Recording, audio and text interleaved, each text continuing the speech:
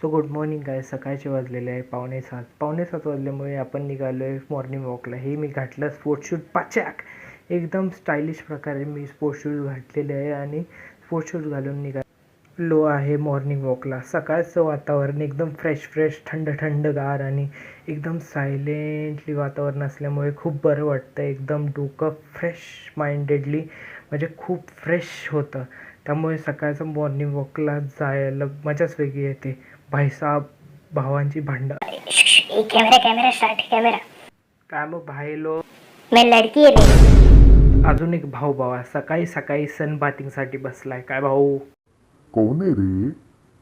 सकाळचं morning walk झाल्यानंतर मी घरी आलो.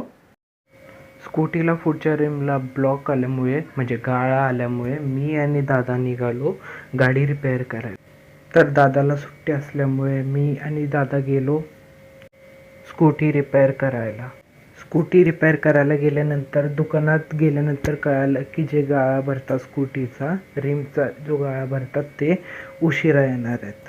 त्यांना 1-2 तास लागणार आहेत. 2 तास लागणार आहे. कंप्लीट 2 तास लागणार असल्यामुळे मी आणि दादा गेलो फिरायला गेल्यानंतर आम्ही डायरेक्टली पोचलो भेदा चौकात.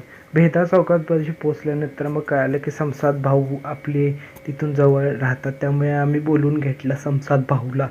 समसाद भाऊ जसे पोचले की थोडा वेळ मस्तपैकी चिल करत बसलो आणि ते झाल्यानंतर मग आम्ही निघालो डायरेक्टली स्कूटी रिपेअरिंग करायला.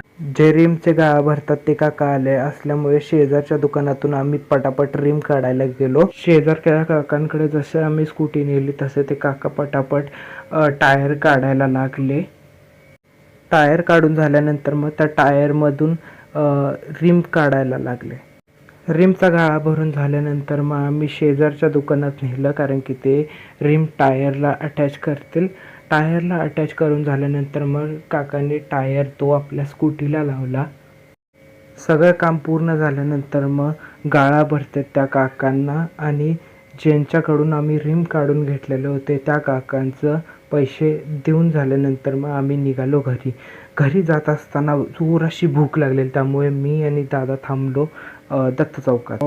भजीपाव खाण्यासाठी.